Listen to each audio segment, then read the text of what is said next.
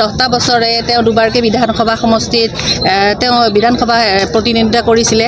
সেই হিচাপত মোক ৰজি আহমেদ বুলি, ফুনু দাস বুলি সকলোৱে জানে।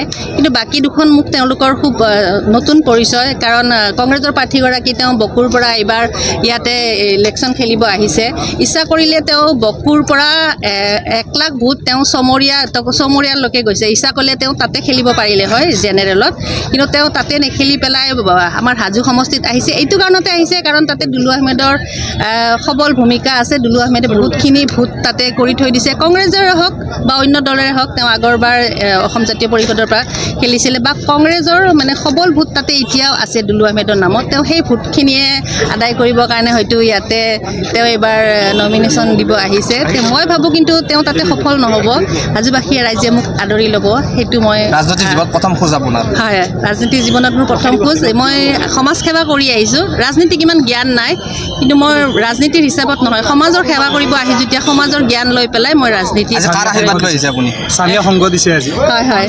আৰু আপোনালোকে জানে যে ধৰক আমি অসমত চৰকাৰ কৰিব নোৱাৰোঁ, কাৰণ আমি যিকেইগৰাকী প্ৰাৰ্থী কৰি দিছোঁ সেইকেইগৰাকী প্ৰাৰ্থী জয়ী হ'লেও চৰকাৰ কৰিব নোৱাৰে। চৰকাৰ কংগ্ৰেছ বা বিজেপি তেওঁলোকৰে কাৰোবাৰ হ'ব, কিন্তু আমাৰ তৃণমূল কংগ্ৰেছৰ পৰা আমি ভালেকেইগৰাকী বিধায়ক হ'ম বুলি আমি আশা কৰিছোঁ। আৰু সেই বিধায়কবোৰে দিছপুৰত যায় আমি সমষ্টিৰ হৈ কেনে যে সবল ভূমিকা এটা ল'ম, সেইটো আমি আশাবাদী। যদিও নন্দিতাত আছে হাজো শুৱালকুছি সমষ্টিত আহি কৈছে যে মই হাজোৰ বোৱাৰী, কিন্তু বহুতে এইটোও কৈছে তেওঁ হাজোৰ বোৱাৰী আচলতে নহয়। আমিতো আগতে দেখাই নাছিলোঁ।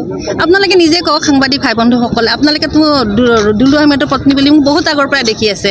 আমি ভোটটো ইয়াতে প্ৰদান কৰি আছোঁ, কিন্তু কেতিয়াবা আপোনালোকে নন্দিতা বাইদেউক দেখা পাইছিলে নেকি? নাই পোৱা। আজি তেওঁ 1 মাহ 1.5 মাহৰ ভিতৰত তেওঁ পেৰাচিট লেণ্ডিং কৰি বকো সমষ্টিৰ পৰা তেওঁ আজি হাজো সমষ্টিত আহিছে।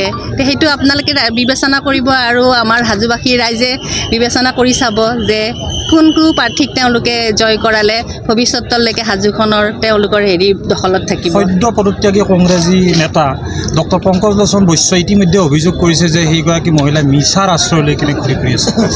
হয়, বেলেগৰ অভিযোগটো ক'ব নাযাওঁ, তেওঁ কি কৈছে কি নাই কোৱা, কিন্তু মই এইখিনি জানো যে নন্দিতা দাস বাইদেউ তেওঁ আমাৰ হাজো সমষ্টিৰ ভোটাৰ নহয়। বোৱাৰী হ'ব পাৰে, যদি বোৱাৰী হয় তেওঁৰ ভোটটো ইয়াতে ইমান বছৰে কিয় নাছিলে?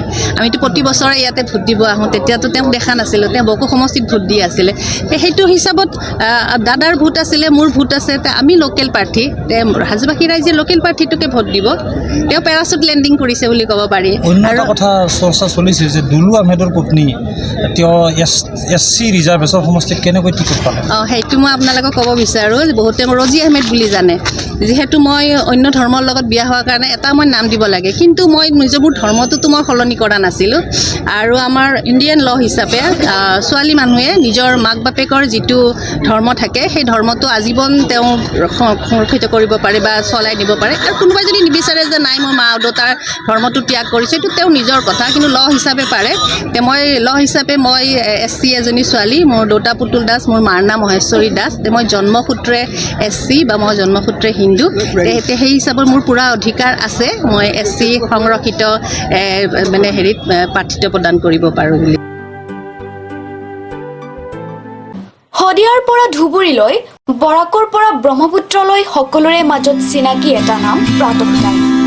থলুৱা ভাষা, কৃষ্টি আৰু সত্য বাতৰিৰ আধাৰত প্ৰতিষ্ঠিত খবৰ প্ৰাতঃ টাইমৰ প্ৰতিটো বা বাতৰি পুংখানুপুংখভাৱে চাবলৈ Facebook, YouTube, website, Twitter, Instagram আৰু ব্লগাৰ পেজত লাইক আৰু ফ'ল' কৰক।